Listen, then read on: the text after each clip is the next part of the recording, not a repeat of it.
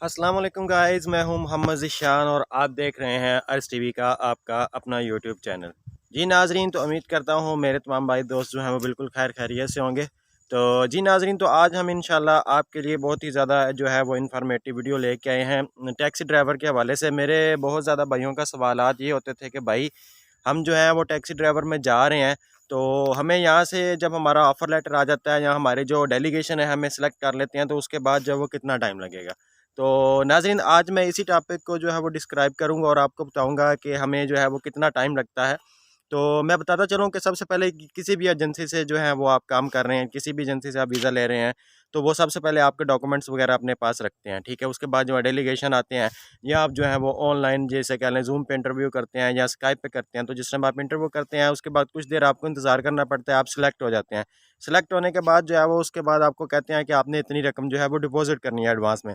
मिसाल के तौर पे अगर वो आपको कहते हैं कि 50,000 रुपया जमा करवाएँ, तो वो लाज़िम सी बात है आपको देना पड़ता है। मगर मैं जिस एजेंसी के थ्रू जो है वो टैक्सी ड्राइवर की जॉब में गया था, मैंने 1 दिरहम भी या 1 रुपया भी उनको एडवांस नहीं था दिया। मैंने सिर्फ़ और सिर्फ़ अपने डॉक्यूमेंट्स, अपने ओरिजिनल जो है वो पासपोर्ट और उनकी स्कैन कॉपीज़ जो है वो उनको फॉरवर्ड किए थे, उनको दी थी। उसके बाद उन्होंने मुकम्मल जो है वो पेमेंट उस टाइम ली जिस टाइम मैंने उनसे जाके टिकट वगैरह ली थी, ठीक है? तो बाज़ एजेंसी का ये भी तरीकाकार होता है, मगर मेरे भाई दोस्त ने मुझे कह रहा था कि भाई उन्होंने 50,000 रुपया एडवांस ले लिया, डेलीगेशन जो आए हुए थे वो जाएँगे, ऑफ़र लेटर आएगा, उसके बाद जो है टाइम होगा। तो मेरे भाई आपको ये बताता चलूँ कि लास्ट टाइम जो है वो जिस टाइम मेट्रो टैक्सी की डिमांड चल रही थी, तो उस टाइम जो है उन्होंने ऑफ़र लेटर काफ़ी ज़्यादा लोगों को जो है वो दिए हुए थे, मगर उसके बाद उन्होंने वीज़े प्रोवाइड नहीं किए। तो ये भी बात अपने ज़हन में रखिएगा कि ऑफ़र लेटर का ये मतलब नहीं है कि आप जो है वो कन्फर्म हो गया कि आपका वीज़ा आएगा ही नहीं आएगा। ऑफ़र लेटर 200 दिरहम के राउंड अबाउट जो है वो निकलता है, ठीक है? मोहरे ऐप से जिसे कह लें, क्योंकि वो जैसे कह लें कि वो कंपनी है तो वो निकलवा सकती हैं। हाँ, उनके इख्तियार में है कि वो वीज़ा दें या ना दें, ये भी चीज़ वो होती है।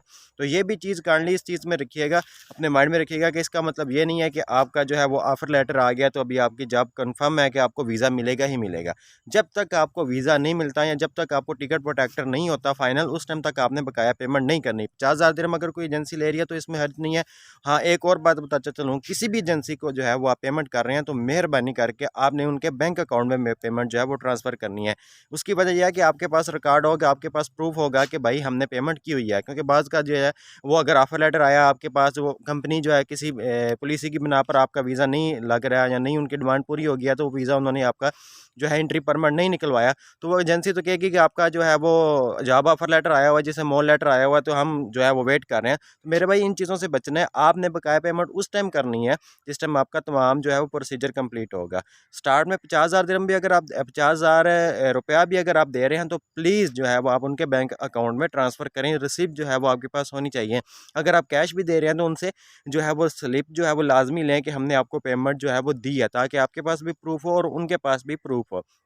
दूसरी बात ये होगी कि जो है वो कितना टाइम लगता है, ठीक है? यहाँ से जब जो डेलीगेशन जाते हैं, वहाँ पे जाके जब आपका ऑफ़र लेटर निकलता है, आपने ऑफ़र लेटर करके साइन करके वापस उनको भेजना है, उसके बाद तकरीबन 1 मंथ कम से कम लग जाता है। कम से कम की बात कर रहा हूँ, ज़्यादा जो है वो 2-2 मंथ भी लग जाते हैं। तो ये कुछ कहा नहीं, कन्फर्म टाइम नहीं होता, क्योंकि ये अगर कंपनी चाहे तो तकरीबन मैक्सिमम जो है ये 1 हफ़्ते का टाइम है, 1 हफ़्ते के अंदर सब प्रोसीजर आपका हो जाता है। क्योंकि आपने फ़ीसेस जमा सबमिट करवानी है, फ़ीसेस सबमिट करवाएँगे तो उसके बाद जो है वो आपका जो है एंट्री परमिट वगैरह निकल आएगा। तो ये थी आज की वीडियो, ठीक है? इसमें टाइम लगता है, आपने थोड़ा-सा तहम्मुल मिज़ाजी का मुज़ाहरा करना है। हाँ, कुछ एजेंसीज़ जो है वो अपने तौर पे जो है वो मेडिकल करवाती हैं। तो आपने ये भी चीज़ रखनी है कि मेडिकल आपने अपनी सेफ्टी के लिए करवाना है। क्योंकि वहाँ पे जाके अगर आपका कलर ब्लाइंडनेस आ गया तो आपके लिए प्रॉब्लम बनेगी मेडिकल में, ठीक है? अगर आपका कोई मेडिकल में इश्यू आ गया है एमिरेट्स आईडी के लिए, तो फिर आपका वीज़ा नेक्स्ट प्रोसीजर नहीं होगा। तो आपको उस का ये नुकसान होगा कि आपको वापस भेज देंगे और आपके सारे के सारे जो है वो पैसे ज़ाया हो जाएँगे। क्योंकि उन्होंने तो कहना है कि आपका वीज़ा एंट्री परमिट आ गया था, उनकी फ़ीसेस वगैरह थी, जो भी थी, टिकट प्रोटेक्टर था, तो उन्होंने अपनी फ़ीसेस ले लेनी है, मगर उसका खमियाज़ा जो है वो आपको भुगतना पड़ेगा। अपनी सेफ्टी के लिए बगैर किसी को पैसे दिए जो है वो आपने एंट्री, जो आप कह लें कि मेडिकल जो है वो आपने लाज़मी करवाना है, ताकि आपके पास सेफ़ रहे, आपको पता हो कि हम यहाँ से फिट हैं, आगे जाके भी कोई मसला नहीं आएगा। तो उम्मीद करता हूँ आपको मेरी ये वीडियो पसंद आई होगी। अच्छी-अच्छी वीडियोज़ देखने के लिए अर्श टीवी को सब्सक्राइब कीजिए। अल्लाह हाफ़िज़।